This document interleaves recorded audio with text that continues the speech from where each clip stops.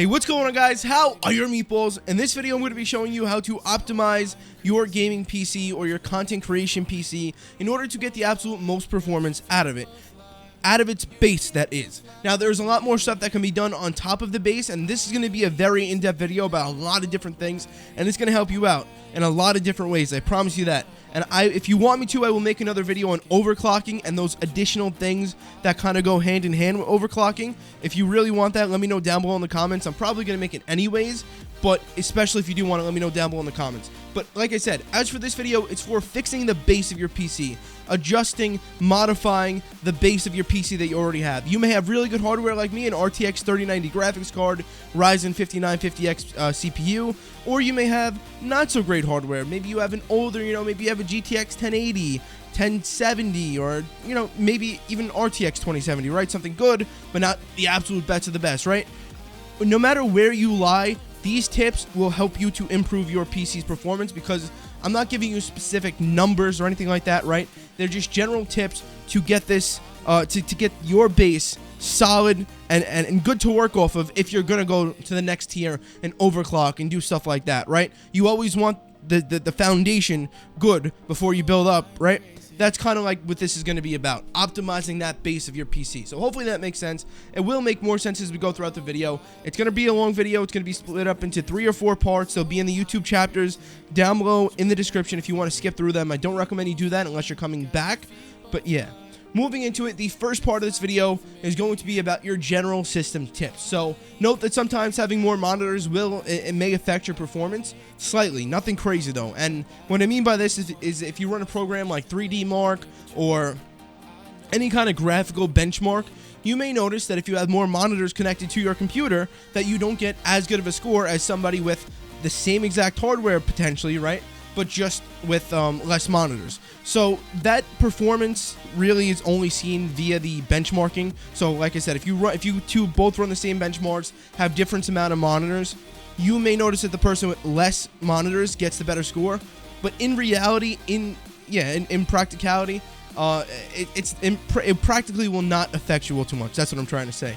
But the numbers may be a little bit different, right? So if you're somebody who's a stickler over numbers, that may be why. But again, in practical terms, it's not going to be that much of a difference. You probably won't even notice it gaming or anything like that. So I'm just throwing that out there. If you do benchmarks and stuff like that, that's probably one of the reasons why. But either way, if that was the only thing you came for, still stick around because I got tons of tips for you. But I wanted to note that monitors could affect your numbers, benchmarking numbers ever so slightly. Sometimes not, but sometimes it may. Next, we have to enable game mode. So this is the first thing that we're going to have right here on our PC. So you're going to go to your Windows search and just type in game mode. Game mode settings will come up, and it came up on the wrong monitor. But as you can see, game mode. When game mode is on, Windows optimizes your PC for play. Go ahead and enable that. I obviously have enabled it right now, so I don't have to do it. And then go to your graphics settings right here.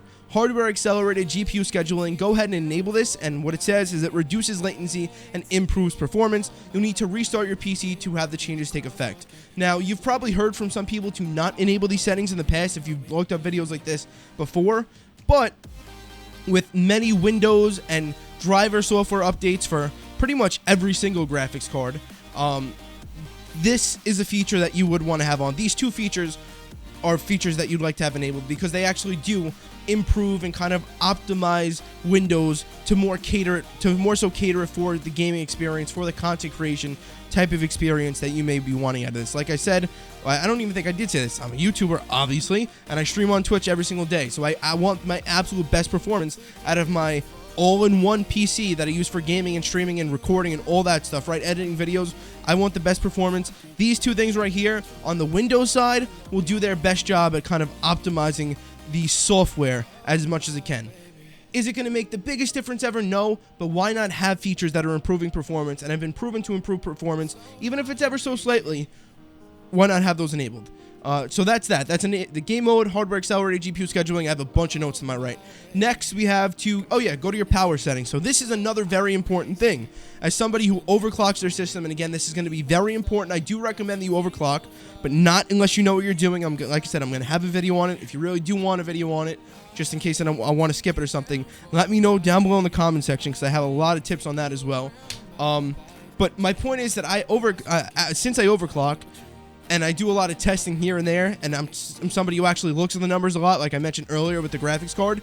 I wasn't getting as good CPU performance for some reason, and it was because of the power plan. I set it, and then it reset itself. So even if you did this in the past, and this is going to be a common theme with some of the other things, even if you set some of these settings in the past, go back and check them again, because after a Windows update or a graphics card update or something like that, they may actually reset.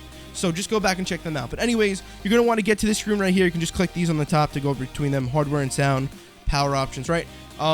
Ultimate performance is what you want to enable it on. What you want to enable. It may be under this, show additional plans. If you don't see it, just pick whatever it says high performance, whatever one of these, right? You may see power saver, balanced, high performance. Just hit high performance and then hit change plan settings. And then hit change advanced power settings. I just set these to never. And then right here is where you're going to set hard disk. Yeah, hard disk, turn off hard disk after 0 minutes. You don't want that ever turning off. That's more so for an actual physical hard drive, but just set it to 0. This way there's nothing conflicting in the software with your hardware. Next, go down to processor power state management. Set the minimum processor state to 100, the maximum processor state to 100 as well. This way your processor is always running at 100%. Maybe Windows, maybe you're trying to do something important. For some reason, Windows is thinking that you're not doing something important, and maybe it'll kind of bottleneck or throttle your processor a little bit. Just have that on 100%. Same thing, or you're going to want to change another thing right here, my bad, with PCIe or PCI Express. That's what PCIe stands for. You're going to click on that, the drop down, hit the plus again. Link power state management, have this set to off. So just basically have these set the same way I do. If you have the ultimate performance power plan, you will already have these set. All you have to do is change it to ultimate performance and you're good. And then of course hit apply, hit OK, and then when you hit save changes, you'll probably notice that it should say ultimate performance when you come back to the screen. If it doesn't and you go back to change plan settings and everything is the way you set it already, then it's all good and fine. Just make sure those settings are right. No matter what, you'll be good. And as you can see, it says the plan is active right there. So you're good to go. That could make a bit of a difference. Like I said, in my case, I noticed it because I was running I was doing some number checking and something was off, and it was actually that reset. Next, we have to wait, where are we? Okay, make sure all your monitors are running at the correct refresh rates in the Windows display settings. Also, I want to say this, and this will actually go. Okay, let's say this thing first. I forgot what it was going to be. Oh, you may have to update your chipset settings every once in a while. The reason why this isn't a part of the video, this is a bonus, is because they typically, and by they I mean the manufacturers, typically really don't recommend that you update your chipset settings, or unless you need to. Typically, that's what they'll tell you. So if you feel like you've tried a bunch of different things and maybe your hardware just isn't running right and you want to try this is just a bonus thing. You may want to install your chipset drivers and update your drivers for the actual chipset there. If you want more information on this is like one of the more advanced things that I would talk about in another video, like an overclocking video or something like that, right? That's something that I would explore, but it's just a bonus thing that I wanted to throw in here because you never know. Maybe a chipset update will enable one feature that you notice isn't working, which you'll notice right in a little bit was the case with my graphics card, not my CPU. But if you feel you need to and you want to have everything up to date, you can take a look at your AMD or Intel chipset driver updates or installation, because by default, once you boot the system, there will be something installed. It'll automatically install something, and if you want to upgrade it, that's up to you. But anyways, again, that's just a bonus tip. Let's just move on to the next thing. And by the way, just real quick, I think it's important to mention, you may want to go ahead and upgrade that because maybe they found different ways to optimize performance while keeping a different amount of kind of power output from the CPU, meaning that maybe the processor is running at 100%, but at its 100% after the chipset update, you'd be able to run with a little bit increased performance. Again, that typically doesn't happen all too much, but yeah, just thought I should mention it as a bonus. That was a very long bonus. I'm sorry. Next, we have to, make sure all monitors are running at the correct refresh rate. So go to your right-click on your desktop once again, go to display settings, and click on your monitor right here. So you can hit identify. It'll pop up on every screen. It'll show you which monitor is which. Come on down, scroll on down on this page. Obviously, make sure the resolution is right. This is a 4K monitor, so that is correct. And then hit on advanced, where is it? Oh, right here. Advanced display settings. This is my monitor right here. It can run 144 hertz. The refresh rate is indeed correct, as you see right there. Next, I mean, you can do this for all your monitors if you just want to double check. These other two monitors that I have only cap out at 59.99/60 hertz. And by the way, also another important thing to mention, if anything says like 59.999 or whatever, and you have, say for example, a 60 hertz monitor or 144 hertz capping at 143.6, you know, some kind of weird decimal, that's absolutely fine. Don't worry about that. It's not like you're getting 1 hertz less. A lot of the time that is the deal. It's just that in order to make it look clean, they use the whole numbers. Why would they put 143.679 on a box, right? 144, nice and clean.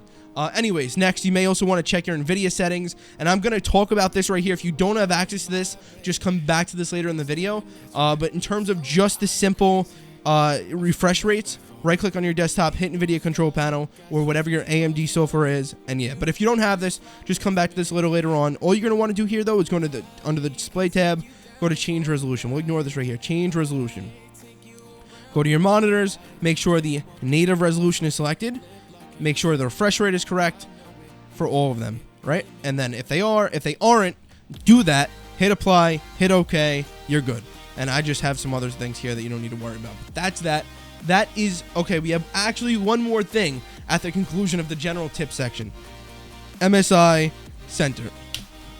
Now, this only works for MSI motherboards. This is the thing. If you have different brand components in your computer, you may need to, especially if you load a pre-built PC, you may need to go around and just do some digging into what kind of PC you have, what your motherboard is, who makes your graphics card and stuff like that, to ensure that you can have the tools to make sure you're modifying that base that I talked about earlier in the video to the best of your ability. So this right here is MSI Center. It is only compatible with MSI motherboard. So if you have a Gigabyte motherboard, if you have an Asus motherboard, something like that, they should have a coinciding tool.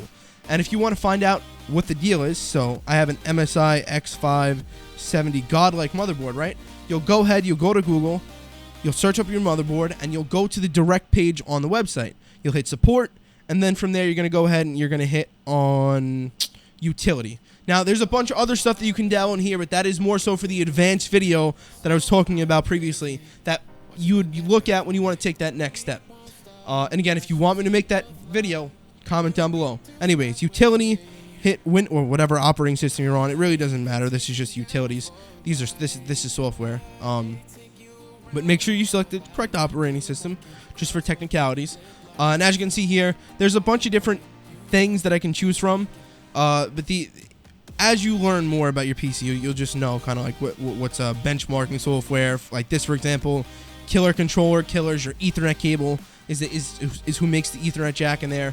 This is really what you're going to want to look for right here. Any kind of center tool, command center, something like that. This is MSI Center, like I said. This is this program right here. You can download it right from here, or maybe it'll be available in the Microsoft Store. I would not recommend looking in the Microsoft Store first. I would look here, which, by the way, is this right here. This store right here. I would not look in there first. I would look in your actual motherboard support page first to get the utility from there. And if you don't see anything there, maybe do a quick search, you know, Gigabyte motherboard gaming utility, or MSI Center for Gigabyte, you know, something like that. Just this way you're getting the correct tool for your correct motherboard. And the point now is, once you have this tool, not only is it great for hardware monitoring and stuff like that, but you can also use it to get some features. As you can see, Mystic Light right here.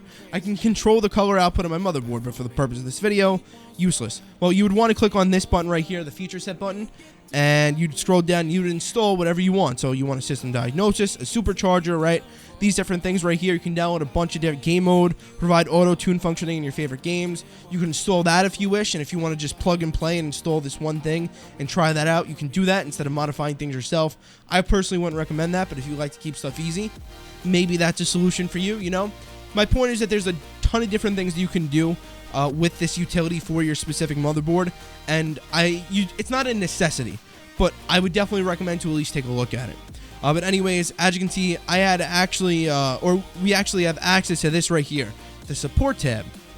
Hit support, and now we have something called Live Update. Now, I'm not sure if every manufacturer, meaning Gigabyte, Asus, etc., right, has this tab called exactly Live Update. but within their software, they will have a portion in which you can actually search and scan for updates. And I'm not going to do that right now because it may interrupt and mess with the recording. But once you do this, you notice that this is giving you updates for your actual hardware, meaning your Bluetooth drivers, that was real New York, drivers, your Ethernet drivers, your USB drivers, stuff like that, right? And then more importantly for me, the reason why I even bring this up, although, you know, again, I say it's not a necessity, the reason why I bring this up is because for me, with the RTX 3090 graphics card, there's this feature called resizable bar. And if I go to my Nvidia control panel, which I will discuss in the next section, like I said, fully in-depth, and it'll still apply for those of you with AMD cards in a sense, and I go to my system information right here. Where is it? There's this feature called the resizable bar, right? And you can do your own research on it, but it's a feature that you'd want to take advantage of, even if you don't use it. Why would you get a card that's capable of this feature and not take advantage of it, right? And that can be with any feature, with anything. So I was wondering, why isn't this working for me? Well, I had to go into the motherboard utility and I had to actually update what's called the VBIOS of the graphics card, of the PCIe lane. I'm not exactly even sure what I had to update, but it was the VBIOS.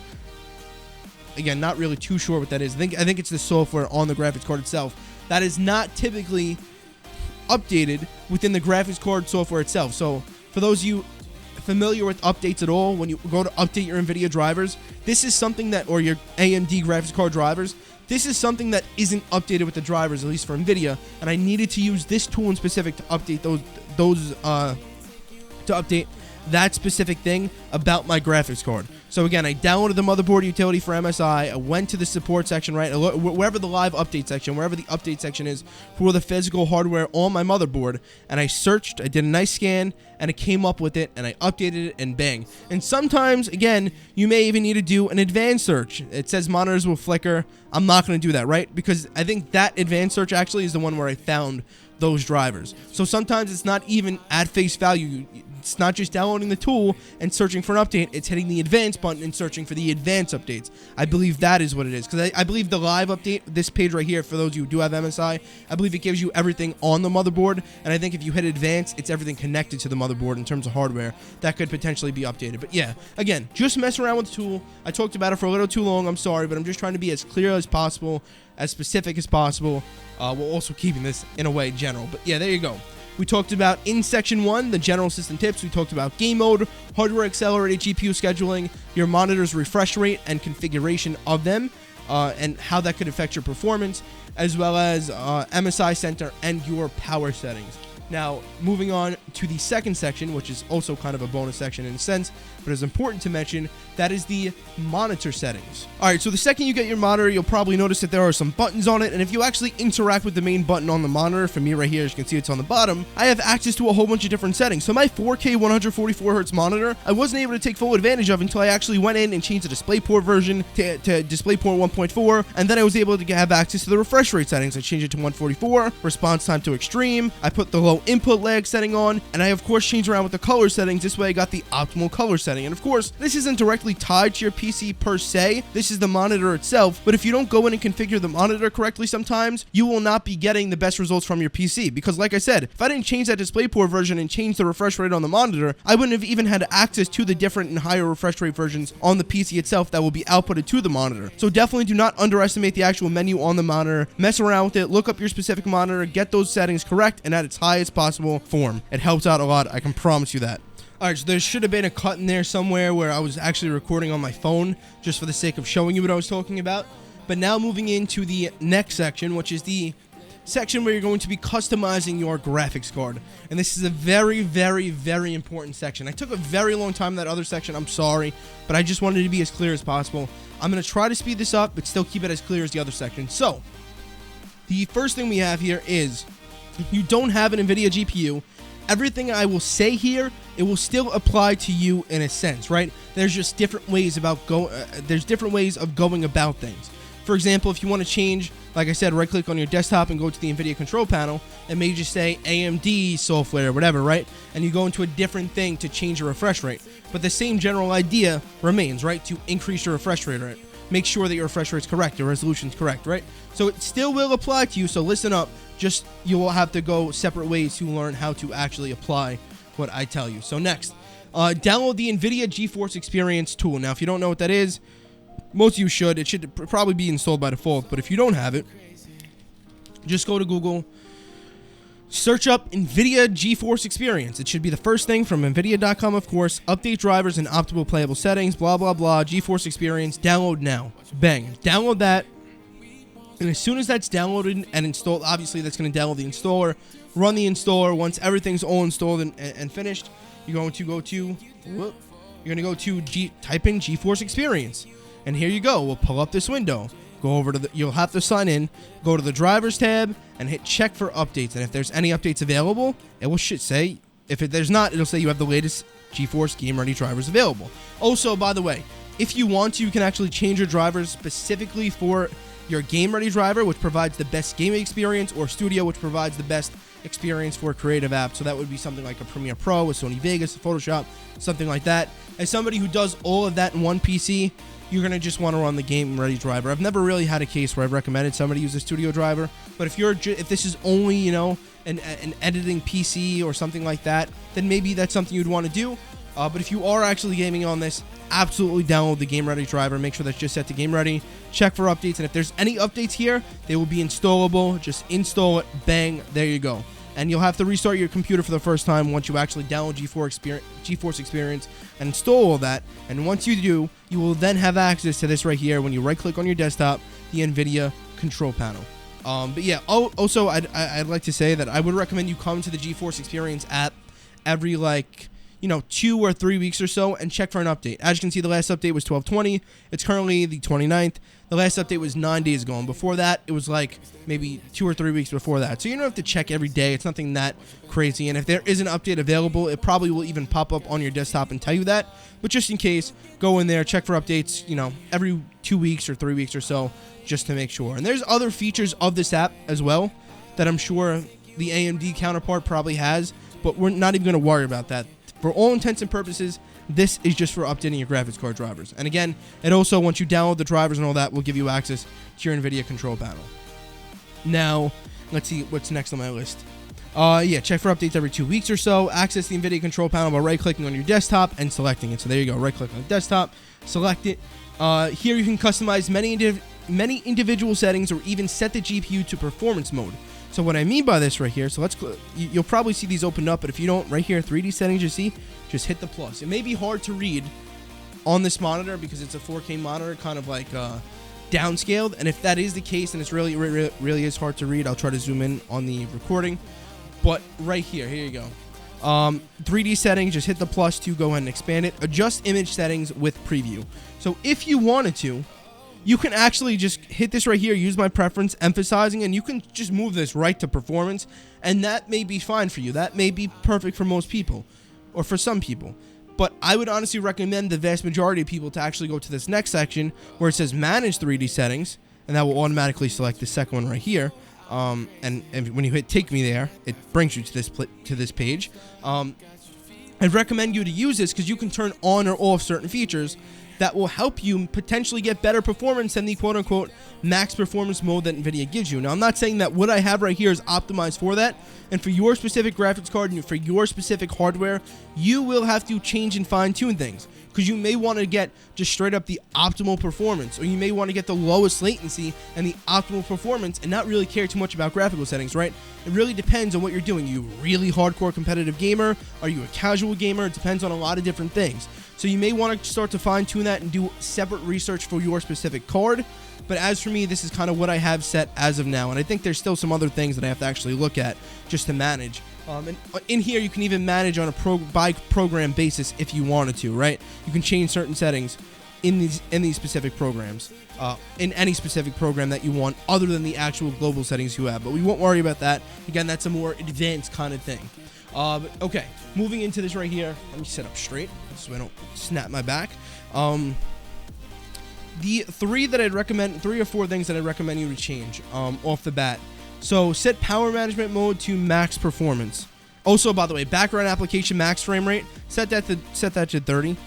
If you're playing a game and you tab out, why would you want to get 120 FPS in a game that you're not going to see or your stream's not going to see? Doesn't make sense. Save those resources regardless of what kind of hardware you have. Like I said, I have an RTX 3090, which is pretty much the best GPU on the market right now. But still, when I tab out, why use that? Why waste those extra resources? 30 FPS. And then, okay, so yeah. Power management mode, set it to prefer maximum performance. Why would you not want the maximum performance, right? Even if there is a minute or maybe even no performance gain. People have done tests and some of them are inconclusive, to be honest with you. But for the most part, why would you not have each and every single mode optimized for the maximum performance or even maximum quality, depending on your wants or needs? Like I said, I'm not going to go through every setting just because it may be different for your specific card or whatever. But yeah, for me, as you can see, max frame rate off, power management mode is on max performance. I have texture filtering quality on high performance. Negative LOD bias is on clamp. I just have a few. Well, forget about the clamp thing. High performance on texture filtering quality. High performance on power management mode. You can even adjust your shader cache size, which again, it's more advanced. Don't want to get too deep into that. Background application max frame rate. Those are the three you really want to worry about. Max frame rate, background application max frame rate, power management mode, and this right here, quality, texture filtering quality, high performance. Just set those to high performance and 30 FPS respectively. And the only other thing I'd probably say, only other two, is I'd maybe recommend turning max frame rate off, again depending on your card and your hardware. And then this right here, low latency mode. Now this does depend on your hardware. But if you have the good hardware and you're going to be gaming competitively, and even listen, regardless, if you're going to be gaming competitively and you want every ounce of lag-free gaming as possible, and I don't mean lag as in bad lag, I mean input lag, meaning when you move your mouse, when you move this mouse, right here, when you move this mouse, you want the smallest input lag possible. You're going to want to turn low latency to ultra or on, right? You're going to want to. It's really going to be tailored to your needs. Now, is that always necessary to have this on for everybody? No, because like I said, you may be somebody who plays campaign games. Like me, I mainly play Call of Duty Zombies, and if I just played Call of Duty Zombies, right, on this monitor, which by the way, subscribe if you enjoy zombies, Most Elite Zombies channel on the YouTubes right here, and Twitch, stream on Twitch every single day, twitch.tv/showmet123, might as well throw that in there. If I was playing only zombies on this PC and say nothing else, right, just a situation where I'm playing zombies and nothing else, then why would I not just throw on, why would I not turn low latency mode off, right? Because what is this small amount of latency that I'm saving gonna do for zombies? Nothing at all, right? Practically. But if I'm playing, and I do, this is why I have it on, if I'm playing a multiplayer game and I'm really trying to get better at it, right, and I really want to be on my the top of my game, not only in terms of my own skill set, but in terms of what my hardware is giving me, then of course I'm going to have low latency mode on. I want the least amount of latency from my mouse to my PC, from my PC to my eyes, right? And I want everything to function as quickly as possible, regardless of the actual quality of the game, right? The actual visual quality of the game. Please note that by enabling or disabling low latency mode, you may have a small performance buff or nerf to some extent. What exactly that entails? What exactly that entails depends entirely on your hardware, your configuration settings, and a lot of different things. But excuse me again. But I would, again, with any one of these settings right here in the Nvidia control panel, I would almost recommend you to just turn it, if you're going to turn one on or off, do that, go in game, and see how that is for you. Change another one. Do that, go in game, see how it is for you. If you notice that with low latency mode on, you're getting the performance in terms of the reactiveness that you want and stuff like that, then keep it on. But if you notice that once you turn low latency mode on, and for some reason you're getting weird FPS or inconsistent FPS, turn it off, right? It just depends on your hardware. Sometimes certain things can't be handled in certain ways. You just gotta be smart with it. You gotta be practical. Not everything's just gonna be one size fits all. Not every setting will be one size fit all. And if you overclock your RAM, you will definitely go to notice that, which again will probably be in my next video that I upload on this kind of stuff. But anyways, that's the Nvidia control panel, right? I told you about the limit background max frame rate, Set power management to max performance. Disable or scale back low latency mode depending on your competitiveness and stuff like that. Turn off max frame rate. Change texture filtering to max or to high performance. And yeah, again, I would recommend you do these one by one. So that's all that. Another tip would be to always make sure that after each update, that your Nvidia control panel settings do not reset. So you may notice that you update Windows, your Nvidia control panel, or maybe your chipset drivers, or you just do an update, and something may seem a little bit off. Like I said, it was for me. After doing an update one time, my power plane settings disabled. Well, at that same, or they were different, right? At that same time, my Nvidia control panel settings also reset. So just always come back. It doesn't have to be after every single update, because that could get annoying. It's not a big deal, but it can get annoying, right? Just every once in a while, just come in here and check to make sure that your Nvidia control panel is correct, that everything is set exactly the way you either had it before, you wanted it to be. What I'd recommend is once you have it set, maybe you look up a video, say you have an RTX 2070 Super. You look up on YouTube or on Google, Call of Duty RTX 2070 Super best graphics settings or best Nvidia control panel settings, right? Something like that. And you get those optimal settings and you see, wow, these are perfect for my graphics card and my PC. Take a picture of them or write them down. Do something like that. This way, if they reset, you don't have to go back to the video and look at it or do some research online again. You already have it saved. You know what you got to do. Then if there's ever a new setting in there, look up what the setting does, right? Just be smart about this stuff.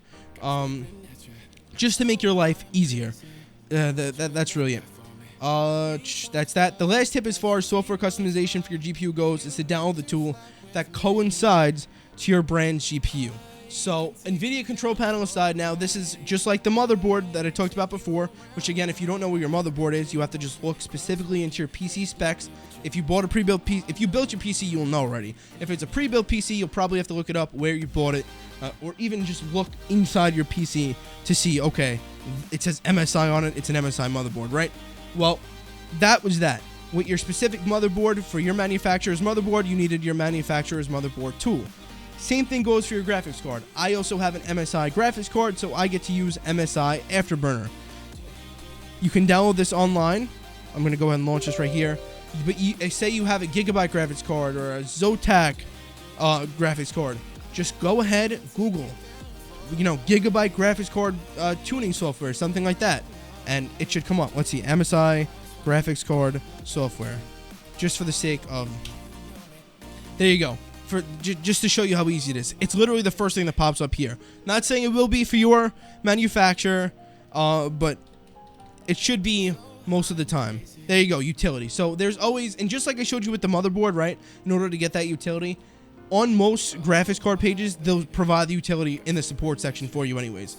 But again, since I have an MSI graphics card, I'm going to be using the MSI utility, the MSI Afterburner utility. And what you can do here is you can overclock your graphics card if you wish to, and it may look different if, say, you have an MSI graphics card and you download this tool. It may look different for you. It's just because that there's different skins. I recommend using the Cyborg skin just because it's the easiest. Some of them are really gross. Anyways, it may look different for you, but once you download the software, you have the ability to overclock your graphics card, and that's not what I'm telling you to do right here. Do I recommend you do it? Yes. I do recommend you do it, but I'm not telling you how to do that here. That's in another video. That's in an advanced video. What you're downloading this tool for is the fan. So, as you can see right here, I have access to the fan. If I want to, and if it's set to auto, you won't be able to drag it. You have to just hit off on the auto button, and now you can drag this fan speed around. So if I want to set the fan speed to 0, which I would never recommend doing, you hit the check mark and bang. Now the fan speed's set at 0. If I want to set it to 100, which this is the point of this section, drag it all the way to 100, hit the plus, bang. Set to 100, done. And you hit the check mark, it's applied. Or if you want to keep it on auto, you do that, you hit auto, hit the check mark, done. But the reason why I don't usually do that is because, as you can see here with auto, sometimes it can be wacky. And you don't want your graphics card running hot. Depending on what you're doing, right? Say if you're gaming, no one's going to game realistically for 48, 50 hours straight, right? But if you game for 48, 50 hours straight, and maybe you don't have a good graphics card, and maybe the fans on the graphics card aren't that great, and your fans aren't running while you're gaming and your graphics card is hot, more than likely it's not going to cause damage to your card. But why would you take the chance? Because I personally did have a graphics card. It was due to cryptocurrency mining, but I personally had a graphics card that burned out because I wasn't educated on it in terms of the fans and stuff like that, in terms of the actual temperatures that stuff should be at, and it actually died. An RTX 2080 Ti died in less than a year. Again, cryptocurrency mining runs the temperatures up of the memory core and different things like that. So there were different circumstances surrounding that, and it doesn't apply the same way to gaming, but the basic principle can be taken away. While you're gaming, your graphics card is going to be under pressure, obviously, and it will heat up. What I would recommend most people do is deal with the noise, simply slide this son of a bitch right to 100, hit the check mark, done. And what you're also going to want to do is unlock the lock, hit this right here to save the profile, and select wherever you want to save it. So 1, 2, 3, 4, or 5. And if you want to create multiple profiles, you can do this. And as you start to learn overclocking and stuff like that, you will most likely have multiple profiles. But just for the sake of this, just save it into profile 1, right? And bang, whenever you go to profile 1, it'll have this right here. Also, hit this right here to apply.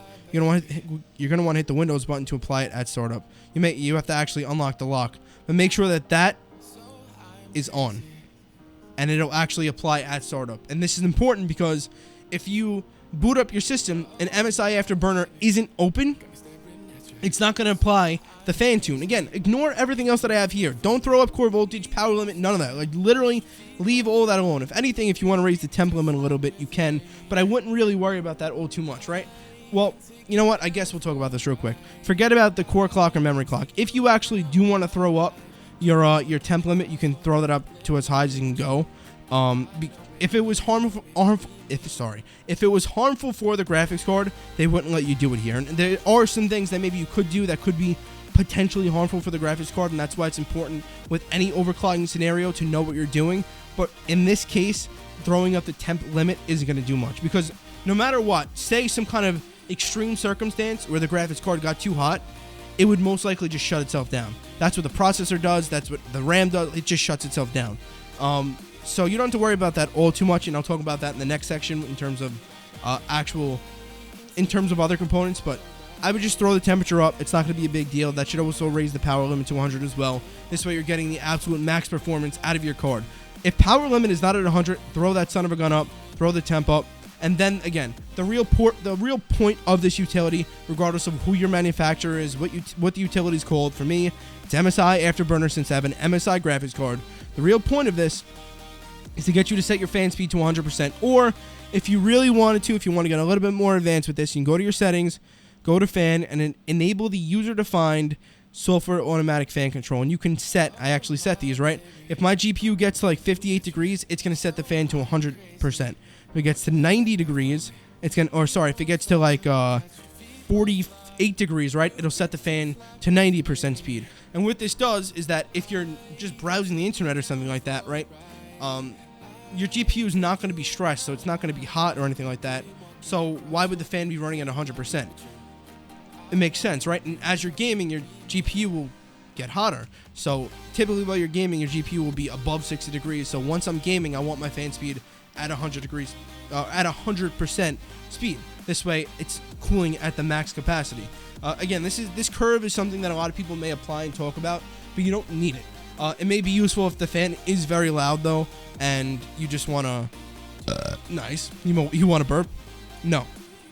But if you just want to get rid of the really loud noise while you're gaming, while you're not gaming, this would be the solution to that. Just set a fan curve. You can say what your GPUs, and since I have a really good graphics card with pretty good fans, you may have to shift it to the right. Meaning, if you have a different graphics card, the fans may not be as good. They may run a little bit hotter. You may want to just set this that if the graphics card goes to like 50 degrees, you set it at 80%, right?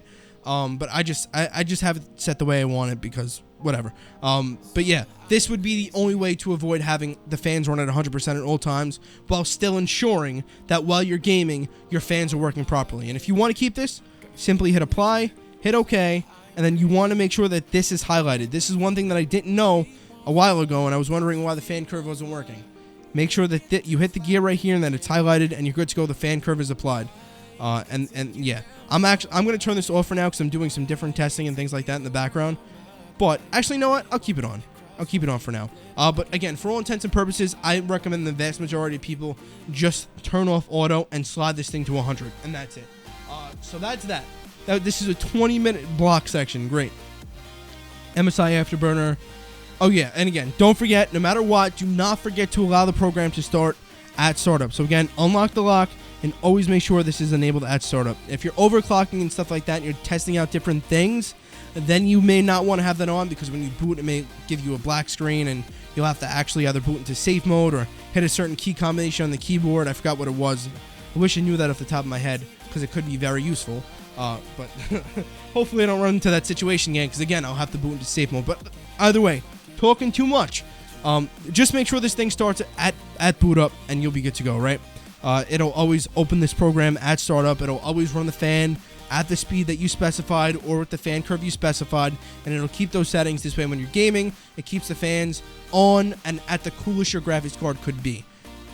And again, I'm sorry, I just thought it's important to mention the reason why you'd raise the power and temp limits to 100% and whatever the temp limit is respectively is because if the power limit's at 100%, your GPU is going to be getting 100%, it's going to be able to utilize 100% of its power. If the temp limit is lower, it may hit a temperature, like say it's at like 75 degrees, say this is 75, it'll hit the 75 degrees and it'll throttle the card. So you may be in game getting 120 FPS, but you notice that the card's getting a little bit hotter. If you have the temperature on your screen, it'll get a little bit hotter if the fans aren't working right? And it'll get to this certain temperature that's in this control panel thing, and all of a sudden the performance will drop. It'll immediately start to cut back. This way it doesn't heat up as much because you set that specific temperature in this software right here. So I recommend putting the temp limit as high as you can go. Set the power limit to 100. Some of you may actually be able to set it past 100. That's another area. I wouldn't recommend doing that right now. Just for this case, for this video, 100% good to go. Make sure it says 100, not like 106 or 112. Sliding it to the right for me brings it to 100, but for some of you, it may bring it to a different number higher than 100. Okay, on that note, let's move on to the next and final section, which is to customize your CPU and other components, as well as change one key feature or two key things within the BIOS for your graphics card. I'm going to go get some water because I am parched. Alright, so for every single motherboard, there's going to be a way to enter the BIOS. Now, not every single processor and piece of RAM is necessarily overclockable, but that's not what we're doing right here. I will be showing you kind of what it looks like right here, but the only two things we're going to be changing are PCIe related in order to give your graphics card the max amount of lanes, the max amount of potential power that it can get in order to utilize its full potential. So for me, I have an RTX 3090, which, by the way, let's just forget that for a second. In order to boot into the BIOS as your PC is booting up or restarting, go ahead and just keep spamming the delete key, as you saw right there I was doing, and change the motherboard mode to advanced, and that should give you access to a whole different slew of settings, and your motherboard BIOS will not look the same as mine. They will always look different for the most part, but the settings and the layout for the most part should be pretty much the same. And you're going to see here, I showed you, you can overclock the graphics, the CPU, you can overclock the RAM, but all you're doing is go into your settings, your advanced setting, then your PCIe/PCI subsystem settings, and enabling above 4G memory / cryptocurrency mining and resizable bar, as well as changing your PCIe gen switches all to PCIe 4.0. Now, some of you, maybe even most of you, will have PCIe 3.0 lanes, and that's fine, but I want you to make sure that they're at their max, at the highest they can go. So if you have 4.0 available, change them to Gen 4. Make sure you have those two features enabled that I said before, because even if you're not going to directly utilize them, you want them enabled. This way your graphics card is getting the max amount of power and able to utilize the max amount of resources in order to give itself the max amount of power, right? It may be running really great right now, but it may also be running only as high as it can go based off of what you're giving it. If you give it a little bit more juice to run with, it may be able to run a little bit better. In everybody's case, if you have these settings disabled, then it's not going to run as good than if you had them enabled. And of course, that's assuming that you have a similar motherboard and a similar graphics card to me, but do not underestimate how far these 2 or 3 BIOS settings and switches can go by just turning PCIe 4.0 on, and by enabling those two features, you're giving your graphics card essentially more lanes to run with, you're allowing it to process more data, and you're giving it more power for the most part to run with. And again, the BIOS is just so complex that you can customize a bunch of other things, not necessarily about your graphics card here, about your PCIe lanes, but about your RAM and your CPU, that later on in another video can definitely help benefit you out and definitely to help you get more performance. But again, I'm going to probably do it anyways. If you want me to make an overclocking video, let me know down below in the comment section. But as for these two things that we just enabled, I'm going to go ahead and show you now kind of what it should look like on your PC. So that's all you had to do in the BIOS, but I just wanted to kind of introduce you how to get into the BIOS, what it kind of looks like, what the layout's like, and just to change 2 simple settings. And of course, don't forget to save and exit, to actually save and exit, not discard your changes and exit. You can even save profiles if you want. As you start to overclock, setting profiles would definitely be useful. But as for now, if you just want to change those 2 settings and hit save and exit, that should be good enough for you. That should be suffice. Now let's jump back into Windows to show you that these changes actually applied. Alright, so I'm recording this the next day, but real quick, in order to just make sure that your features are working, go to your Nvidia control panel, right click on your desktop, hit Nvidia control panel, go to help, and then hit system information. You'll notice here that your graphics card should have resizable bar enabled. Again, this is considering you have a graphics card capable of resizable bar, which again, that is on you to do your own research and stuff like that. And also make sure that it's running at PCIe Express X16 Gen 4. And I'm going to show you another program that's actually really good for this, and it's called GPU-Z. Let me load it up over here on in this side. But I've actually had 2 cases, like I told you guys, in which my graphics card was not utilizing a resizable bar. It was actually running a PCIe X4 Gen 3. Like, it wasn't running right. And over the course of just so many problems and finding solutions and just digging myself, that's how I made this video. But this right here, this was definitely something that improved my performance. So, as you'll see right here, the Nvidia control panel definitely is great at giving you information and feedback on your card. But now with this tool right here, you can see, okay, my bus interface is indeed running a PCIe X16 4.0 at X16 4.0.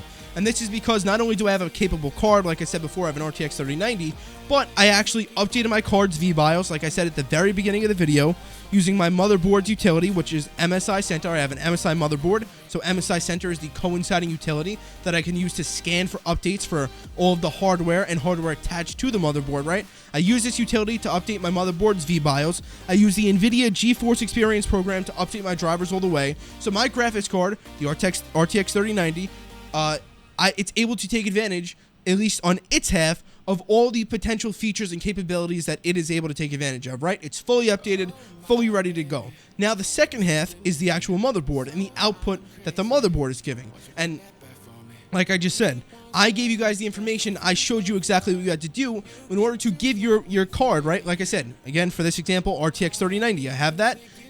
In order to take advantage of the PCIe 4.0 lanes, I had to go into my motherboard. I had to turn off the auto lane configure, or I had to turn off the lane configuration thing from a custom setting. I had to set that to auto, which I actually put a little text thing in the editing, but don't really worry about that too much. It should be on auto already. And mainly what I had to do was I had to change all the PCIe lanes to PCIe 4.0. Then, of course, I had to enable resizable bar, and I had to enable above 4G memory. This isn't the deal for every graphics card. Some graphics cards don't have access to this feature set. But if yours does, you want to make sure that you're taking full advantage of your motherboard, A, and B, of course, your graphics card, that it's updated, that everything is kind of updated to its fullest, and taking advantage of any feature sets that may be available. So again, my motherboard is PCIe 4.0 capable. My graphics card is PCIe 4.0 capable. Through updates and some setting, just 2 or 3 setting changes, I was able to take full advantage of these features. And not only is that now reported and reflected via the Nvidia control panel, I saw that resizable bar was enabled, right? And I can even see it right here. Resizable bar is enabled. I'm utilizing it right now. But also, that's just one feature, right? Also, my bus interface, again, is PCIe X16 4.0 at X16 4.0. And if you hover over this, again, it will tell you that the graphics card actually reports that it can support up to PCIe X16 4.0. At first, like I said, at one point, this was different. This right here for my card, it wasn't getting the max potential, and I was wondering why my card wasn't running as good as it should be for an RTX 3090. Was it still running great? Yes. But it wasn't running at the best of its ability, and that's something that doesn't fly with me. If I'm going to pay for premium or anything, if I'm going to pay for anything, I want to get the max potential out of it, right? So I went around, I figured out exactly what I had to do, and now the max that the graphics card supports is now the max that it is currently running at, and that's pretty much it. You can do a little bit of a render test just in case there's power settings stopping this from actually running at max potential, but again, once you set everything up the way I told you to, everything should be all good to go. And that's pretty much it. If you did enjoy the video, drop it a big thumbs up. If you need any assistance, leave a comment down below in the comment section, and or drop me or just go ahead and tweet me, and I'll try to help you out if I can. And that's pretty much it.